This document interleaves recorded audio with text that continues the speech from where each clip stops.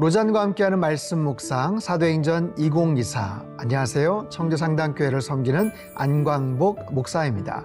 오늘 본문의 말씀은 사도행전 21장 10절에서 16절까지 말씀입니다. 먼저 10절 11절 말씀입니다.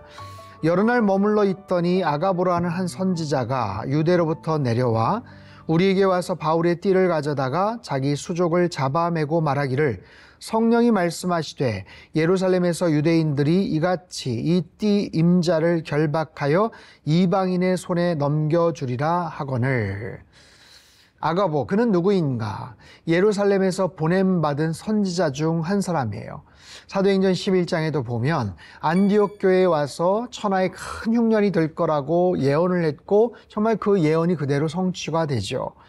그는요, 갑자기 바울의 띠를 가지고 와서 자신의 손발을 묶으면서 예언을 합니다. 아주 특별한 모습의 예언이죠. 그 구약시대에 아히야 선지자가 솔로몬 왕국의 분열을 보여주기 위해서 여로보암 앞에서 옷을 12조각으로 찢었던, 그렇게 해서 예언을 했던 일이 있었어요. 행위로서 뭔가 예언을 하죠. 보통은 이제 말로, 언어를 가지고 이 버벌 랭귀지로 하는데 특별하게 아주 강력하고 확신 있는 그런 예언의 선포, 그런 메시지를 받은 그런 선지자들, 이사야도 그렇고 예레미야 선지자들의 경우도 그렇습니다. 이것은 정말 성령님께서 말씀하신 아주 강력한 메시지가 담겨져 있는 바로 그런 내용이죠.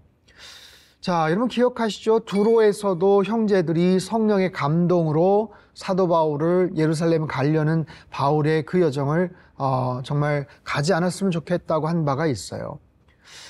이 아가보 선지자의 어떤 이 행동들, 이것을 통해서 우리가 아가보 선지자의 말을 듣고라는 표현이 이제 그 12절에 나오게 됩니다. 12절 말씀, 우리가 그 말을 듣고 그곳 사람들과 더불어 바울에게 예루살렘으로 올라가지 말라 권하니. 여기서 우리라는 것은 바울의 일행입니다. 누가를 비롯한 사도 바울의 그 일행들이에요. 그 예언의 그 선포, 그 행동을 보면서 막는 거예요. 가로막는 거예요. 자, 여러분 어떻게 생각하십니까? 바울은 어떻게 해야 될까요? 예루살렘으로 가야 될까요? 아니면 가지 말아야 될까요? 여러 가지 모습으로 지금 하나님께서 사인을 주시죠. 첫 번째, 두로에서 제자들이 권면하지 않습니까? 두 번째, 아가보 선지자가 정말 확실한 그런 예언의 행동들을 하지 않습니까?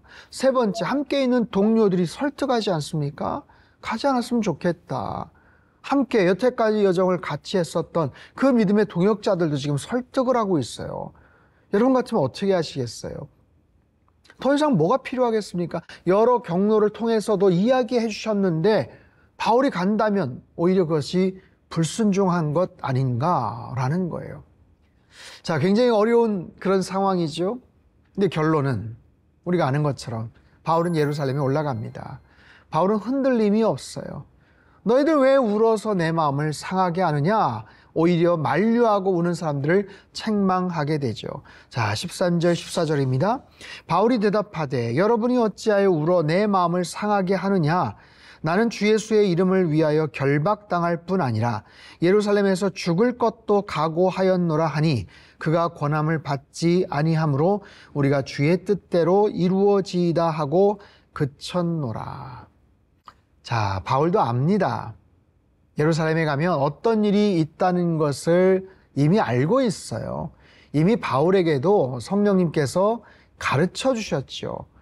사도행전 20장 23절에 보면 오직 성령이 각 성에서 내게 증언하여 결박과 환난이 나를 기다린다 하시나.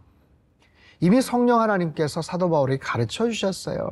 환난이 있다는 것을 알려주셨다고요. 그렇기 때문에 가지 않을 이유가 없죠. 물론 가지 말라는 것은 그를 아끼는 사람들의 그런 마음입니다. 애틋한 마음, 안타까운 마음이죠.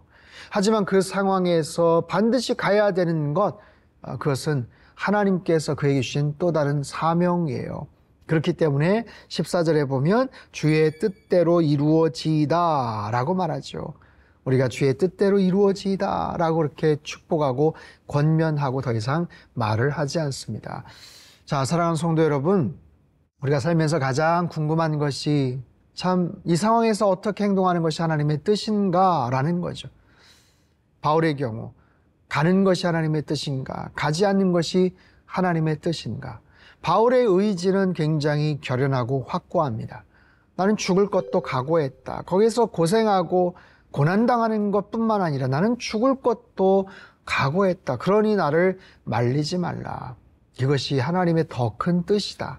나를 부르신 하나님의 그런 뜻이고 내가 가진 소명이다라는 거예요. 자, 바울의 최대 관심은 자신의 신변의 안전이나 편안함이 아니었죠.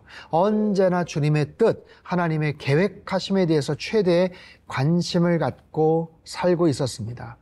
가장 궁극적인 목적과 그 뜻을 이루기 위해 살아가는 인생, 그것이 주님께서 걸어가신 십자가의 여정이고 하나님께서 기뻐하신 우리의 모든 삶이죠. 우리에게 요구하시고 또 우리에게 기대하시는 하나님의 그런 거룩한 길이기도 합니다. 여러분, 성령님의 인도하심을 받아 살아가시기를 축복합니다. 그리고 그 믿음의 여정에서 날마다 성령님께서 허락하시는 분명한 그 뜻을 이루며 살아가시는 저와 여러분의 삶이 되시길 주님의 이름으로 축복합니다.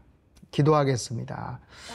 하나님 아버지, 사도 바울이 예루살렘으로 가는 그 여정에 성령님께서 여러 가지 모습으로 사인을 주십니다.